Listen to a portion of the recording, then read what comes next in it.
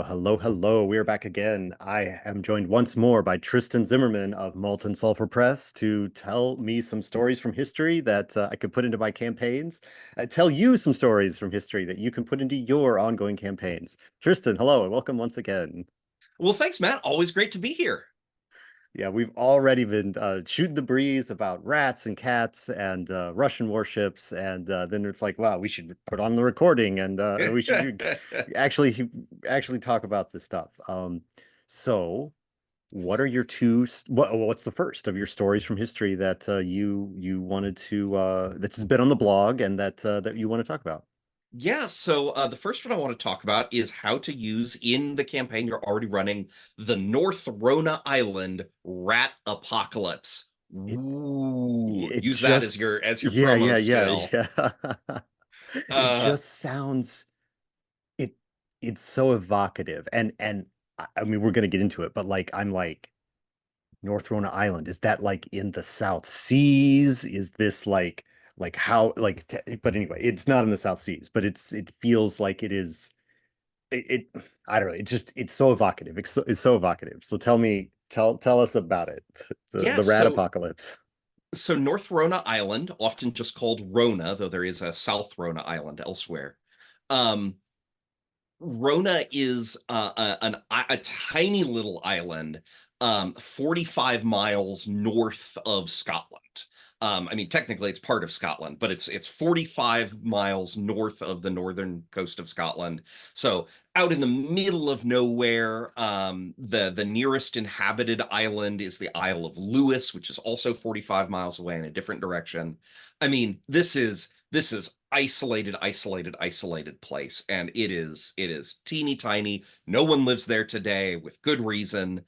But in 1685, there was a population living on North Rona Island, living on Rona, that had been living there for some time and had really weird culture, and then was wiped out in a rat apocalypse. And it's incredibly gameable. It just sounds so improbable. But I mean, on one level, but then the conditions are just right, right? I mean, that's yeah. So yeah, tell us more about tell us I mean, what do you want to do first? Do you want to talk about the weird culture? Do you want to talk about Yeah, like how the so actual apocalypse happened? I kind of want to start with the weird culture because it frames the apocalypse. Um, so Rona, most of what we know about the pre-apocalyptic society living on Rona comes from a 1703 book called A Description of the Western Islands of Scotland, written by a man named Martin Martin, which, if I had to pick a new name, like Martin Martin is pretty up there. But Martin Martin spoke to a minister in the Highlands who owned the Isle of Rona. So theoretically, everyone living on Rona was a tenant of his. In practice, they kind of weren't, because the people on Rona were so isolated, and living necessarily such a pre-modern lifestyle, that they did not even have the concept of money. So, he owned the island. The minister had a piece of paper saying this island is mine, but good luck extracting any rents from people who don't understand the concept of currency or trade. Um, and so Rona had five families on it. And each of these families had, a house and a barn and a couple of outbuildings, and they grew barley and they raised cattle. And they, for the most part, they married one another. If you grew up on Rona, you married another Ronan. And since there's only five families, that, we're kind of already necessarily getting into the hills have eyes territory. Hmm. If there's no one eligible for you to marry, then you send away for a spouse to the Isle of Lewis, 45 miles away. Lewis to the Ronins, and we have descriptions of very few Ronins ever left the island, and of those who did, almost all of them only went to Lewis. Lewis today is the only town on the Isle of Lewis today has 5,000 people, so it's not exactly a metropolis. But And probably less, even less so in, 18 whenever. would be my guess, but 1685, I believe, is when I 16, said even this older. apocalypse is coming up. And so for the people, the Ronins who visit Lewis, it's like, oh my God, like, look at these giant buildings. Look at that terrifying animal. Like, sir, that is a horse. Like, can it talk? Oh no. Not making that up, by the way. And we have a story of one Ronin who heard a horse like whinny, and he was like, "Is that animal laughing at me? Like, I'll show that animal, that weird mystery creature." Like at one point, a Ronin traveled to, I want to say, Inverness for some reason, and entered a two-story manor house, and heard someone walking on the second story above him, and threw himself to the ground because the house was surely about to collapse on top of him. So, just a really isolated culture. Um, and when when and so, like, kind of culturally, they develop some quirks. The Ronins were Christian, but their Christianity seemed to go kind of little beyond the Lord's Prayer, the Ten Commandments, and worship of Saint Ronan, the person who founded, theoretically, the settlement on the Isle of Rona. Um, and uh, so at one point, the minister went to visit his island, and he got off, and people were like, "Ah, yes, minister, we knew you would be coming because we had prophetic dreams that said you would come. Mm. Welcome, traveler." And they all addressed him as traveler. And, somebody ritually walked around him clockwise as a greeting. And each of the five families killed a sheep and skinned it and took the wet sheepskin, um, and filled it with barley. And then everybody gave him a wet, bloody sheepskin full of barley as a gift, as a welcoming gift. So, like, thanks, I guess. I'm not sure what you want me to do with these. I mean, So, you were talking about they don't have money, but this seems like I mean, I guess there's no way to know. Like, is this like because obviously these people came here from somewhere. Like, there is sort of like liege lord owing of stuff I that mean, they they may have spoke experienced in the English. past. Or actually, I guess I don't know for a fact that they were speaking English. They could have been speaking Gaelic. Right, But like, culturally, they were more connected to Scotland than anywhere else. right. Um, but yeah, so, it's kind of tempting to be like, ah, this is some, holdout of Celtic paganism. But also, these could just be like naturally arising folk beliefs Right. that, When you come up in a uh, vacuum. when you have sheep, cows, people, and barley, there aren't a lot of combinations of ways to make those things interact. They on their altar in the chapel of Saint Ronan, they had a wooden board with 10 holes in it, and each of those holes had a stone, and each of the stones had a special power, a magic power that it contained. So, like, yeah, we're in like weird, midsummer Wicker Man, like, folk horror territory here. Right, Um, right. and But then, also like medieval, like peasant Christianity, yeah, like the yeah, white totally. stones and the bones of the saints and all that stuff is such a deep, deep thing. I mean, yeah. I mean, it's like people did that as Christianity well before they were worried about who was on a special chair in Rome. So 1685, right? A boat visiting the island of inadvertently brings with it the black rat. And in most parts of the world where people build granaries, they build granaries to keep out rats. The granaries might be on stilts, they might just be very well sealed, but the idea is the rat must never get into the granary because it will breed, it will make, and your all your grain will be gone, and you will starve to death. But Rona didn't have any pests that ate grain. The Ronans might not have even been aware that such a thing was possible. And so the rats ate all the barley. And then in that same year, a ship arrives in Rona, and the sailors get out and they steal all the cattle on the island. They rustle all the cattle. And between no barley and no cows, no food, no way to Yeah. make it through the winter. And everybody on Rona starved to death. Like everybody, every single human being on Rona starved to death. Couple that with also question mark, maybe the rats brought the plague with them. We have no way of knowing. Right. But everybody dies on Rona, and the rats, who are now also starving, the rats eat almost all of the corpses. And then the rats go down to the seashore and they eat all of the seaweed that has washed up on the seashore. And once all the seaweed is eaten, there's nothing left for the rats to do. And the rats all starve, and there are no more rats on Rona.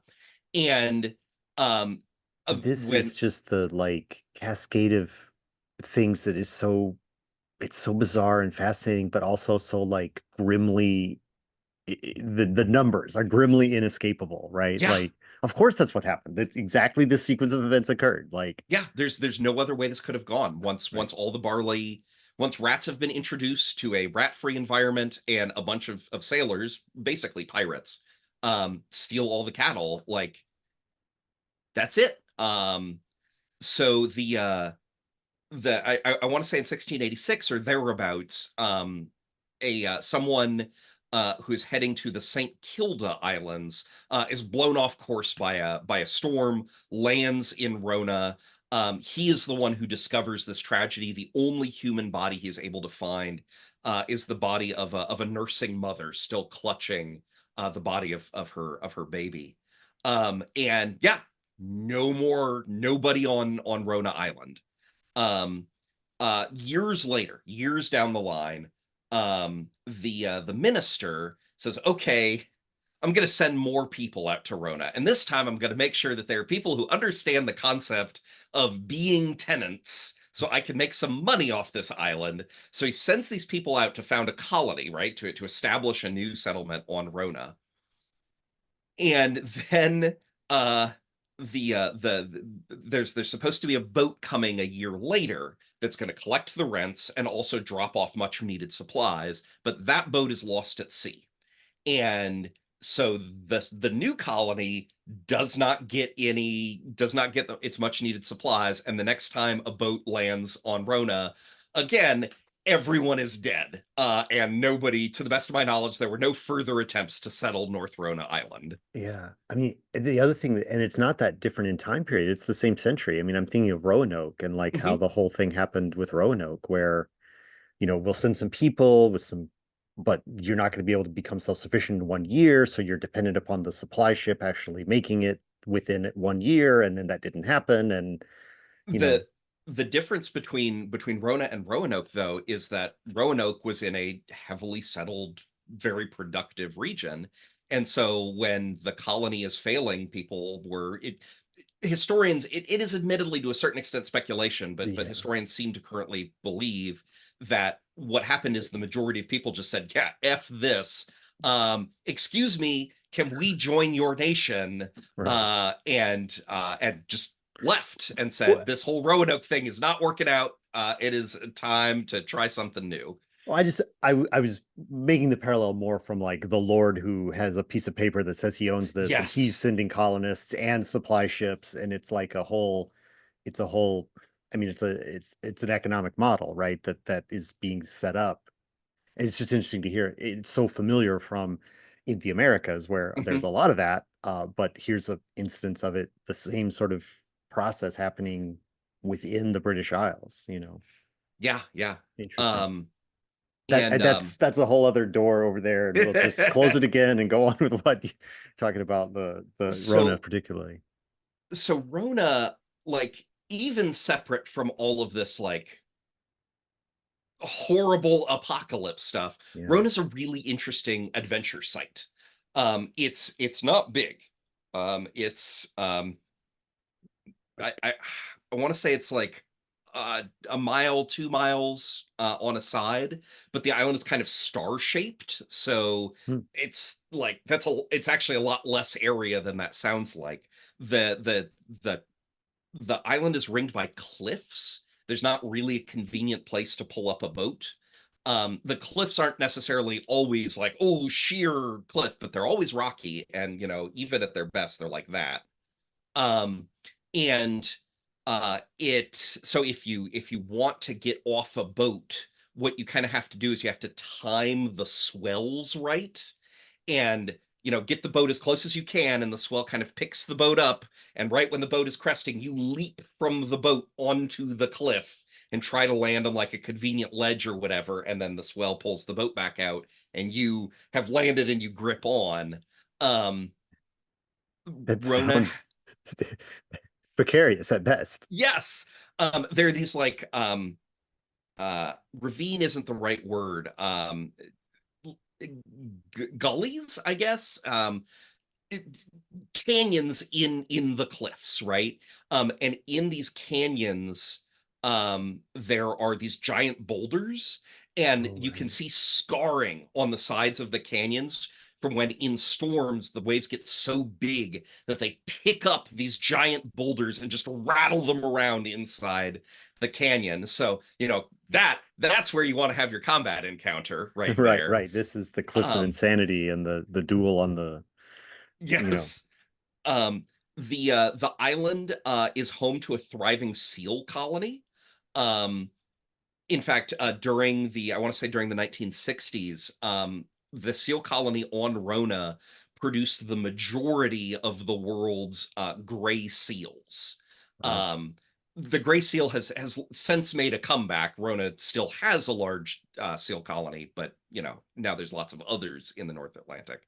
But um, the gray seal people, the reason Rona had a surviving colony is just because it was so remote, that it was kind of the last colony to be targeted by sealers who were hunting seal skins because they're waterproof, seal blubber, which can be rendered down into lantern oil, and seal meat, which can be eaten. And by the time shortly after the sealers started hunting on Rona, um, technology marched on and the seals were saved. Cheap rubber boots became possible, and so there was no more reason for sealskin because rubber boots were cheaper and better than sealskin boots. Kerosene came on the market, and kerosene is just better in every conceivable way than lantern oil made from seal fat. Um, and seal meat apparently just doesn't taste particularly good. So if you're up there killing them anyway, then you bring it home. But like nobody's going to pay to import seal meat from Hmm. abroad. So the seals were saved. Um, and so to this day, like the seals, remember I was saying like the cliffs, like how on earth do the seals, because the seals, they, this is their breeding ground. This is the place where they have their babies. Like they're not having them on the cliffs. The babies would all get swept out to sea. Right. They're in the kind of grassy sward in the middle of the island, which means that the seals have to find the shallowest, least steep cliff they can, and then haul themselves up with their little flippers up the slope, and then like it's a sealing ground. If you've ever seen a National Geographic about it or whatever, you have males kind of camping out making territories. Females show up when they're about ready to give birth. They give birth in a territory staked out by a male. Like 2 days after they give birth, they go into heat, they mate, and then as soon as the pups are weaned, which only takes like 2-3 weeks, as soon as the pups are weaned, the females are just out of here, goodbye. Um, and the males will stay in their territories for as long as they can, as females kind of rotate through. But they're slowly starving. because if they leave, someone else will come and take their place. So they show up as fat as they can be. And then after a month or whatever, like they physically can't do this anymore and they return to the ocean, and they are then replaced by one of the other males from the bachelor colony, which is like 500 angry, randy bachelor seal males living kind of just right over here, waiting for an For an opportunity. opportunity. And so anyway, like there's also your combat encounter. Like you managed to piss off the bachelor seals, and now they're coming for you. Is there any, I mean, this is it just, yeah, it's for being such, I mean, this is like kind of the thing that like a tiny little spit of land that's got a long history or whatever, like it's the only place around. So like the birds go there and the seals go there and the whalers go there and the, like it's like attempt at a colony was established there. Like it's that isolated, right? But it's not. It's like I think there's a lot of stories like that where there's like a tiny little place somewhere, and it's somebody's going to find it and try to Mhm. make something of it because there's not a lot of option. Even though it's so isolated, it's better than like the middle of the ocean 30 miles off in that direction. It's at least it's got some land. You can do something with this. So I don't know. It's fascinating, all these different things. Um, is there like are there like remains of the settlement that is from the 1600s? Is that Yes. still visible and stuff? Yes, they there have been archaeological excavations on Rona, and what has largely survived is the basements of some of these buildings. You can and people have kind of dug them out, and here are the stones. I believe a lot of the houses are at least partially underground. Um, there is a building on Rona right now, which is, I believe, related to a scientific effort, scientific monitoring of the seabird population, because like seals, seabirds roost on Rona, and so in the 19th century, in addition to sealers coming out there, also birders, and birder is the wrong word because a birder is someone who watches birds. Yeah. People would come out to harvest the birds and harvest their eggs, but Rona was remote enough that it never really put much of a dent in the bird population. I am sure when Rona was occupied that there were no seals and no birds, because I'm sure those people ate anything that they could get their hands on. Yeah. Um, Okay, so I mean, this is great. We talked. I think we've talked a lot of yes, it. So yeah, let's but let's let's do. What are some of this your is a role suggestions? playing You already game mentioned the thing. fight on the wave boulder, your battle, a couple battle scenes, like where you could have a climactic fight. What other ways could the island and its long history be kind of used in a game? Like, what are some of your other suggestions? So I am an absolute sucker for that trope of we show up in a place where there are supposed to be people and there's no people. I love it. I can never get enough of that. And kind of built into that trope is there has to be some sort of awful reason why all these buildings are empty. And in this one, you can't do the thing of like, oh, and here are their meals left half eaten. Everybody just Right. vanished in the middle. Like, no, no, it's gonna be pretty clear that something awful happened here. But um, what you then have is, okay, but what happened here, and how can you figure this out? And when you do eventually figure out that, hey, look, there's rat gnaw marks in all the granaries. Yeah. And look, I found a human bone. It has been gnawed open by rat gnawings. This whole cellar Anybody is full of tiny rat skulls. Exactly. But then you have the question, was this intentional? Right? Mhm.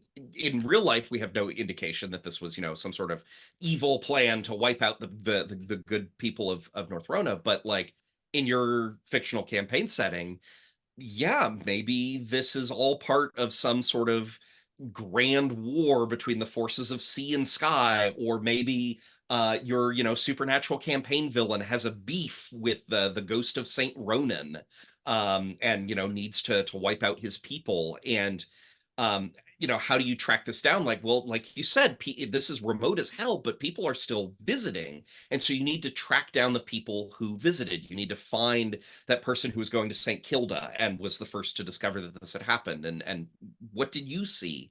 You need to track down the pirates who stole all the cattle. You need to track down the last boat to visit Rona Island and say like, yeah, everything was fine because they're the people who presumably dropped off the rats unintentionally or intentionally. Um, and yeah, and then along the way, you get to have fights with the ghosts of the Ronins, and you get to have, oops, we accidentally angered all these bachelor seals, and all this fun stuff along the way. And kind of one final cherry on top that I'll do is, if you're thinking of doing this, what I would do is I would set one of your other adventures, something you were going to run anyway, such that the village on Rona is the natural jumping off point for that adventure. So they go to Rona. There's people there. Your player characters Mm. experience the weird folk customs of the people on Rona. They're like, oh, this is weird. Are we about to get mid-sobered? And then they go on their adventure and they come back and everyone's gone. And that way, to me at least, that would be the real punch. Yeah, because you like you said, you like that there are supposed to be people here, but where are they thing, which you don't get if you don't meet them at the first. Well, I mean, you can still get it from like you were told like there are going to be people here, and you show And up and there's like empty there's definitely houses and stuff. houses, Yeah. but if you meet them first, it definitely hits harder. Yeah. Yeah. Oh, it's so wild. Uh Amazing. Amazing. And what is it the we should move on to our other topic, but I want to ask quickly about sources for this one. I don't usually ask you about that, but like, It's true. is there a, is this show up in multiple places, or is there like basically one, like the guy you say that he's the landowner and he like wrote it all down and that's like the primary source, or is this like one of those things where it shows up in a lot of different places? The best source that I was able to come across was the I want to say it was 1703, something like that. Text that I mentioned written down by Martin Martin, but Martin Martin um does describe his sources, and he talks about like, hey, this is what I heard from the landlord. This is what I heard because Martin Martin visited the Isle of Lewis and talked to people at the Isle of Lewis, and he's like, oh, you'll never believe what they said about those wacky Ronins. And he visited Inverness, and that's where he got the story about, oh, and then he came into the manor house and like threw himself on the floor when he heard people walking. But then also, like I said, archaeology has Yeah. been happening on North Rona. So um, I'm not gonna sit here and pretend that like, oh, this is exhaustively well documented. It's definitely rats, but as far as I'm aware, the rat hypothesis starts with Martin Martin, or at least he was the first to document it. And nobody, as far as I'm aware, nobody has come along since to be like, I have a better idea. Yeah. So Cool. It's neat because it's one of those things where it's like you could imagine it being like a referenced, in somebody's diary or whatever, mhm. and they're like, man, he had a crazy story, and no one else ever mentions it. But I guess the fact that there is archaeology on the island is confirms at least the existence of the whole thing. Yeah. Yeah. Yeah, and my understanding is that what the archaeologists have found lines up more or less well with Yeah. Martin's description of the island. Cool. All right. Well, we went long on that, but We always do. that's yeah. I don't know. It's just the Rona rat apocalypse. I mean, it even has that the double R there. It's great. All right, Tristan. No more rats. What No more else? rats. No more rats. Out of I'll rats. stop asking questions and you tell us about the other topic that the other post you want to tell us about. Yeah, so the other thing I came prepared to talk about is a little further back in time in 1531. But it is in the town of Gao in what is today Eastern Mali. And this is a succession crisis in the Songhai Empire. The Songhai Empire was a late medieval empire along the middle bend of the Niger River. This is mostly in the African Sahel. So this is the kind of arid scrubland that lies between the sandy and rocky desert of the Sahara to the north, and the verdant savannas to the south. And for whatever reason, I have just been really into Sahel history. I just think it's really, really neat. You've And got so several I tend to posts. write a lot about it. Yeah, you've got several posts about, Masa Musa and the various empires and Yeah. you've got a lot of West African posts on your on the molten sulfur. So Yeah, it's just neat. Like it's a really cool cultural space that has produced some really interesting history. And part of that is kind of the succession of empires along the middle bend of the Niger River. And um, one of the last, kind of the second to last before the French rolled in, and profoundly changed the nature of West African history, was the Songhai Empire. And the Songhai Empire was an empire forged by kind of these small um, groups of cavalry clans from an ethnic group, the Songhai ethnic group, which previously had not been particularly historically relevant. But the I want to say in the 1460s thereabouts, the Songhais kind of come up from a region called Dendi, which is along the border between modern Mali and modern Niger. And they start conquering. They start conquering lands along the Niger River, which is kind of this huge long thoroughfare that stretches through West Africa, waters the fields of the Sahel. Is just incredibly important in the region's history. And so they're conquering these lands, and these lands had previously been kind of under the sway of a previous empire, the Mali Empire, kind of centered further west, but neither here nor there. The Mali Empire persists kind of through this period. It's complicated, but the Songhais are here. They're taken over, and this kind of great conqueror has a complicated legacy. The locals are divided on how they feel about him. But he eventually he dies. His son succeeds him as the emperor of the Songhai Empire, and that son lasts almost no time before he is deposed as emperor by one of the conqueror's generals, a man named Muhammad, who takes the title of Askia. That is his imperial title. Askia roughly translates as emperor. To the best of my knowledge, Askia Muhammad is the first person to take on this title. And that is then the name that he is kind of remembered under, is Askia Muhammad, or Askia al-Hajj Muhammad. Um, and Askia Muhammad is like unambiguously a super cool dude. He rules for 35 years, which is incredible in a monarchy, generally speaking. The longer the rule of the monarch, the better off everyone is.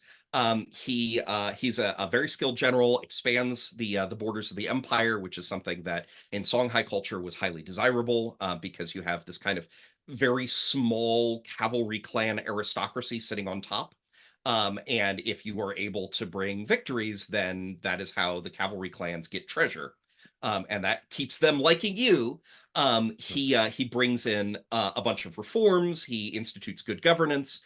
He goes on the Hajj, the pilgrimage to Mecca, which is noteworthy at the time because in the early 1500s in the Sahel, like that is a really long way to travel, and it's traveling through some really harsh territory. So it's a big deal when Askia Muhammad is like, okay, I've taken the throne. One of the first things I'm going to do is leave for, I want to say, 2 years to go on pilgrimage. But he comes back, and this is a very Muslim culture, so it's a very big deal that he has gone on the Hajj, and this grants him an enormous amount of legitimacy. Like I said, has a bunch of really good policies. Beloved figure. Um, except maybe among the people who he conquers, who can say it. One final detail I'll mention here is that the rulership of the Songhai Empire really is kind of draped across the existing power structures. So when the Songhais take over, um, generally speaking, they let you maintain your existing systems of governance. They're not ruling in and saying, all right, now we're going to impose a Songhai governor who's going to tell you what to do. And like, no, man, like if your king didn't surrender, we probably executed him. But if you can find a king that we approve of, you can have your own king and continue living according to your existing traditions. Look, man, as long as you guys are pious Muslims and the taxes come in on time, we really don't care.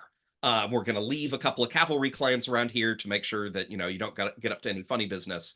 And we're going to put in a local governor, but the local governor really only governs the cavalry clans. He is a governor of the Songhai people in your area, which is a system that, often works very well kind of throughout the world. Right. So Alexander did the same thing, and even the British mhm. basically did the same thing. Yeah. It's like you said. And so Askia Musa rules for 35 years. Um, and when he is 70, like he is old, he is blind, and one of Askia Muhammad's sons goes ahead and deposes him at this point. Um, the son's name is Musa, so he becomes Askia Musa. But Askia Musa does not like it's not a violent coup. He doesn't kill his father. His father is beloved, right? Like that would be a death sentence on yourself if you were to kill beloved Askia Muhammad. Um, so like, cool, Dad, you can keep living in the imperial palace and everything. Like, I get to sit on the throne, but like, I'm not here to make your life less pleasant. So Askia Musa is the new big man in charge, and he starts executing his brothers, because he knows that his brothers also have a very good claim on the throne, and he doesn't want to be deposed or executed or whatever. Right. So he starts finding pretexts to arrest and execute his brothers. And Askia Musa has a lot of brothers because Askia Muhammad has a lot of wives. And the brothers who are not immediately executed aren't thrilled about this because they can see the writing on the wall. They know Right, that, right. they know what's coming for them. So a number of them kind of form a conspiracy to try to get rid of Askia Musa. And this conspiracy is led by one of Askia Musa's brothers, a man named Shafarma Alu. And the Askia Musa is traveling in an area near the imperial capital at Gao. Um, and the conspirators are in the traveling party. And Shafarma Alu rides up to Askia Musa and hurls a javelin at him. And he has made an agreement with his brothers ahead of time. Brothers, if I miss, you must kill me on the spot. Because if you kill me on the spot, then no one will think that we conspired together. So if I miss, you have to kill me. But if I kill him, then I get to be the new Askia, and you all will be, rewarded richly and all this good stuff. Neither of those things happens. He hits Askia Musa, but doesn't kill him. And the conspirators now have a split second to decide what to do before the Imperial Guard rides them down. And they just turn and they ride like hell away from there. They are fleeing. Askia Musa rides to the capital. He assembles his forces in the capital. Shafarma Alu and the conspirators ride to a place where they are able to assemble their forces. The two sides meet in a skirmish, and in the skirmish, Askia Musa is killed. Shafarma Alu and his conspirators now have to ride like hell for the capital, because very often in these succession crises, both in West Africa, but also kind of globally, very often the first person to be able to plant their butt on the throne gains a huge amount of legitimacy from that, right? And there are kind of some other things that are all related. The first person to establish control over the treasury, the first person to establish control over the army. If you can do these things, if you can hit all three, like that's it. It doesn't matter if somebody else has a better claim. Usually you're going to win. So Right. they're riding like hell for the capital city, where they can, get the generals, get the cavalry clans to swear fealty, where they can sit Shafarma Alu's butt on the throne. And what they don't realize is that events are transpiring at the imperial palace even as they're riding, because Askia Muhammad, the old man still alive, didn't just have a lot of sons; he had a lot of brothers, and those brothers had sons. And these brothers' sons are cousins of the people riding like hell for the palace. And the cousins know that the style of inheritance among Songhais is not everything goes down from eldest son to eldest son to eldest son. Inheritance goes from the father to the eldest son to the next eldest son to the next eldest son, so that all the surviving brothers get to enjoy the inheritance. And then it goes down to the eldest son's eldest son, so it just keeps going, like in a Z shape inheritance Yeah. like Yeah. this. But the inheritance has to start somewhere, and it starts with Askia Muhammad. So Askia Muhammad's nephews know that they're never going to get to inherit the throne unless they take it, and they're never going to have a better chance to take it than right now, because Askia Musa is dead, the throne is vacant. Get in there. And the man who winds up sitting on the throne is a man named Muhammad Bunkana. Our best source for the situation is a text called the Tariq al Sudan. And the Tariq al Sudan tries to paint Muhammad Bunkana in a good light. He didn't really want to do this because that's kind of a dick move. The reason he did it is because he had a younger brother named Uthman Tinfaran, and Uthman Tinfaran said, "Brother, if you don't sit on the throne, I will. And that will shame you, because the older brother is supposed to inherit before the younger Right. brother. Right. So if I sit on the throne, you'll look bad. So it's either you or me. Make your pick." So Muhammad Bunkana reluctantly sits on the throne. Again, I am a little skeptical of how Yeah. reluctant he really was and how much this is the chronicler trying to make him look good. That it sounds like that to me. You read the book, but like just to me, I'm like this is some post hoc justification proceeding from the author's pen, it sounds like. Um, and uh, so Shafarma Alu, riding like hell for the palace, Yeah. gets to the palace. He doesn't know any of this has happened. And he gets to the palace and he is going to head straight for the throne. But there is a cultural tradition, that you don't bring soldiers to the throne room, right? You go yourself. You don't. The throne room is not a place for battles. And he doesn't know that anything funny has happened, so he leaves his retinue elsewhere in the palace and strides into the throne room, where, to his shock, there's Muhammad Bunkana with his ass on the throne and Uthman Tinfaran standing beside him. Angry words are exchanged between the two sides. And my favorite of them is from Shafarma Alu. "I do not break down a tree with my head so someone else can eat its fruits." Mhm. Um, which, justified. So things escalate from there. Shafar Malu didn't bring soldiers, but he did bring weapons. He's holding a fistful of javelins, and he starts beating Muhammad Bunkana around the head. And the chronicler is still really trying to portray Muhammad Bunkana almost as meek. So Muhammad Bunkana is like, stop hitting me, and like he gets up off the throne, and Uthman, his younger brother, can see where this is going and is having no part of it. So Uthman takes a javelin and hurls it at Shafarma Alu. Doesn't kill him. Shafarma Alu is, however, badly wounded And he can see where this is going. He's already badly wounded. He's not going to win a 2-on-1 fight, so he books it out of there. And he runs down to the river, finds a blacksmith. And there's some really interesting stuff with the fact that this man is a blacksmith. It makes sense in context, but also in a lot of West African cultures, historically, blacksmiths have had a special kind of sacred or supernatural role. So it's interesting that it's a blacksmith, and he goes to the blacksmith and he says, "Blacksmith, please, you have, brands and a forge. Please cauterize this wound so I can live." Blacksmith says, "You got it, boss. No problem whatsoever." Picks up a sickle and cuts Shafar Malu's head off.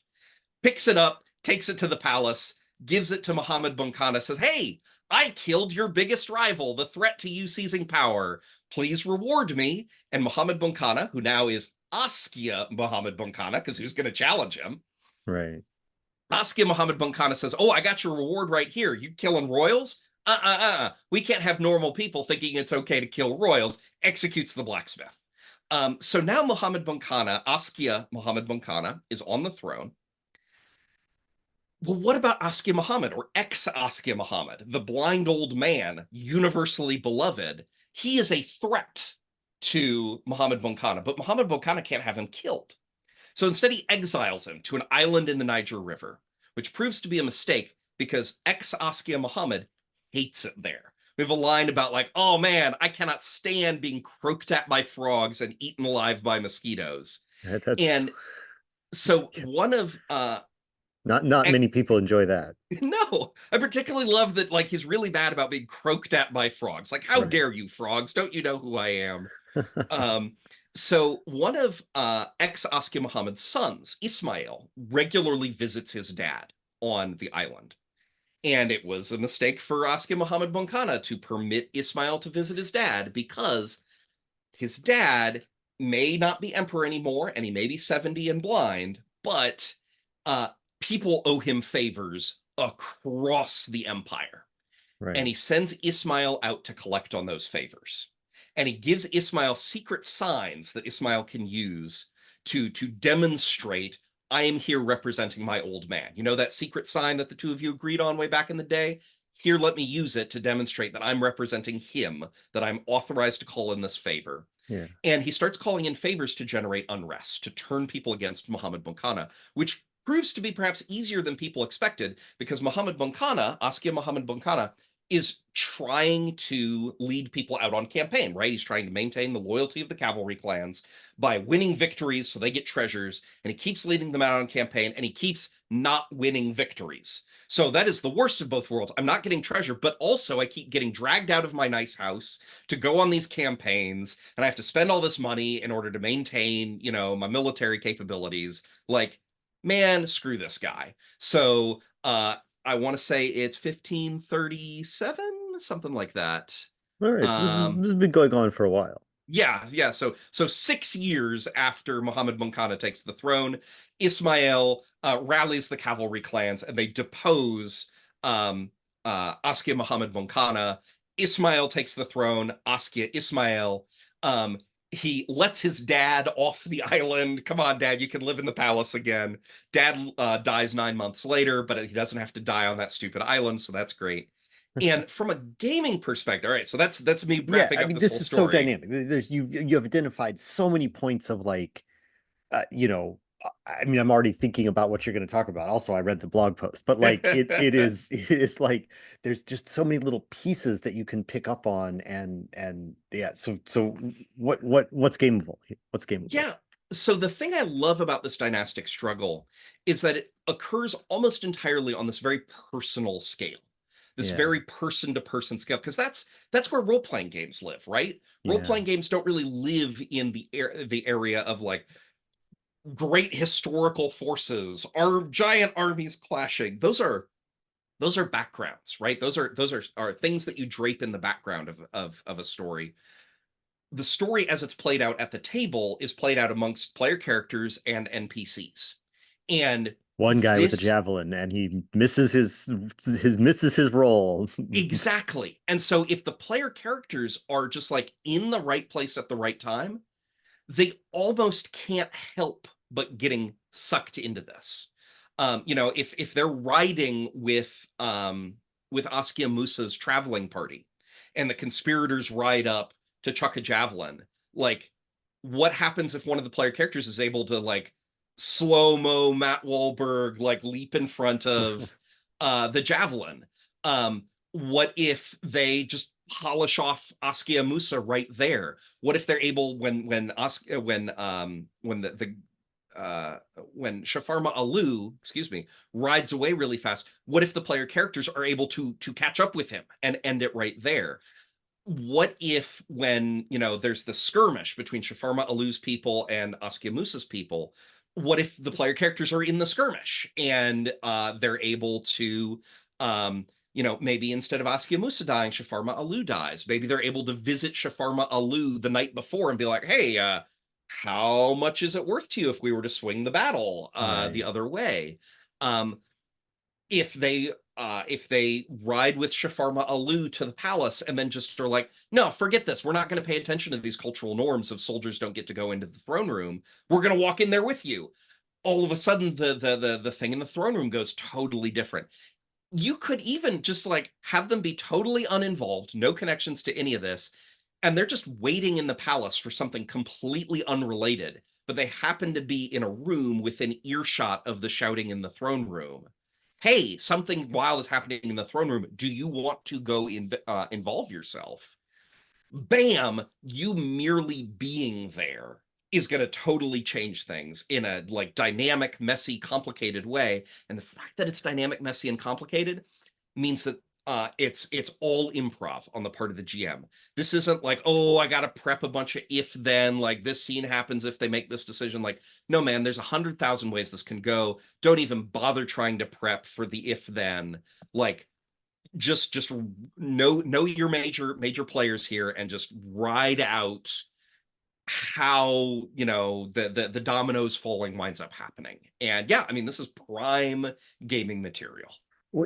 And I mean, this is sort of antithetical to your whole point of view about like what you do with the blog, but like it's almost like this could also be just background texture where it's like Sure. you're traveling through your party is traveling through a region and there's this dynastic struggle happening. Like you said, you for the previous example, you're on Rona Island and then you go out on your adventure and you come back and everything's different.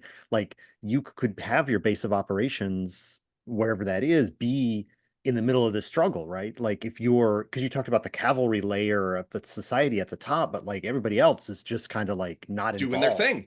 And so like if your players are like at that level of the society where they're out adventuring and they're like, oh, we heard there was a coup and like, I don't know, it's one of the brothers, like which, who knows? And then like, they go to an island and there's a grumpy old man on an island listening to some frogs and he's got a sad story, but like, that's, he's got, and then you go back to the palace and it's like, oh wait, that old man, that was the king? Like, oh man, like we didn't That guy even was king know, like 4 kings ago. Oh Right, he no. was 4 kings ago. But like even at that level, this dynamic changing of the who's in charge of a situation just provides a lot of texture, even if you're not directly involved in it. Like just kind of having this narration play out in the background um is eh, cooler or more dynamic. It's more dynamic. I don't know if it's cooler. It's more dynamic than like, oh yes, the current Lord of Waterdeep. It's unchanged for 1,000 years or whatever. I don't know anything about Waterdeep. Don't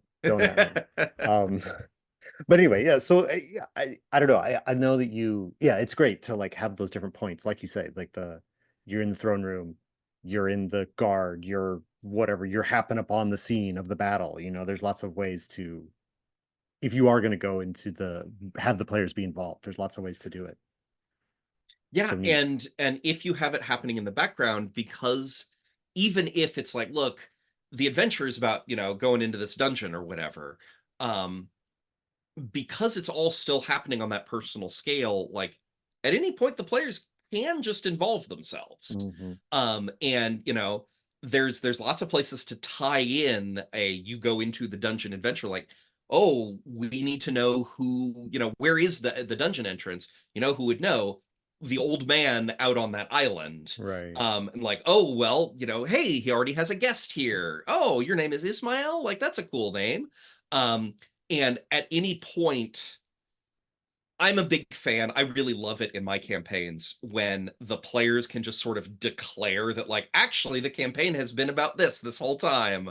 Like, we're doing this other thing now, and it's like, oh, actually now the players got really interested in Ismail. They think he's a cool dude. Like, well, I did have, this dungeon that I was going to run, but I guess now I'm running errands for Ismail because that's, that's what the players seem really interested in. And, you just slide in those plot hooks where you can so that the players have the opportunity to guide this story. Yeah, I think it's something else you've suggested in the past is like in these dynamic sort of situations, there's a point the thing the you know the script from the history of like how these events are going to transpire and you're inspired by campaign setting.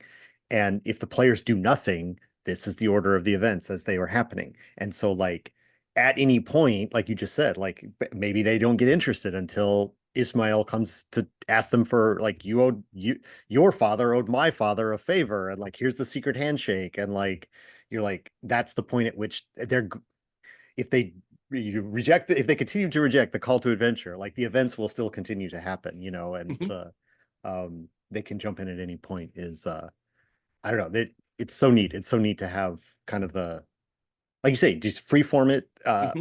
or have it be, you know, one more long rest and it'll be a different ish Askia, And that's also comparatively having that, like, hey, here's how this goes if the player characters don't do anything, also makes it a lot easier to run because you can start with the real history as a template, and then, okay, well, they broke here, and the fact that I know that this is how it would have gone, well, now I know, A, that's not what's going to happen, but it's a jumping off point that makes it a lot easier, as opposed to just, here's a messy situation, how's it going to go, I don't know, like, it goes however it goes. It gives you something to push against that makes it a lot easier to improvise how things wind up transpiring at your table. Right. Or it's the or it's the quantum. I mean, you can just organizing in your brain. It's the quantum Askia. If you're familiar with that, the idea that like it doesn't matter where they go because the guy with the javelin shows up wherever they go. Like Yes. it's because you've got it organized. You know how it has to. You know, the next events are going to unfold, and there's details, and there's the it's in some respects it's an illusion of player agency, but it is because they decided they changed the scene or whatever. But like the next person that's going to complicate the situation has already been planned. It's just where Mm, does that complication occur? Um, I don't know. Yeah, there's so many ways to play it. No matter what kind of GM you are, like whether you like the pure improv or the scripting or whatever, like there's these templates. Like is the word I think you said about this mhm. situation. This situation is a template and it's realistic because it happened, right? So like, yeah, it's I don't know. It's great. Any we've been chatting for a while. So I'm always excited to talk to you. Is there any final things you want to say about this situation, No, I this think one? Like I think we've beaten poor Askia Musa to death at this point. Uh and yeah. awesome, awesome. So then I guess I'll say thank you once again for taking us through these blog posts of yours. Always enjoy reading your blog, always enjoy talking to you about it live as well. So thank you once again for being here and talking stuff. Tell us, we mentioned the blog a few times. It's not hard to find, but tell us what it is.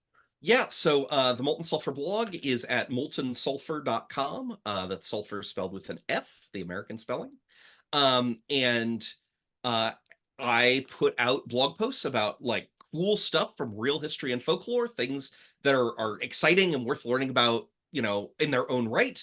And then I talk about, okay, well, how do you file the serial numbers off of this and drop it right into the campaign you're already running? And then also at moltensulfur.com, you can find information about several of my books, and including Shanty Hunters, about collecting and fighting magical sea shanties in the year 1880. And yeah, Matt, thank you so much for having me on. Yeah, it's been a blast as always. Thank you so much. And I want to thank all our viewers for watching us. Thank you, viewers.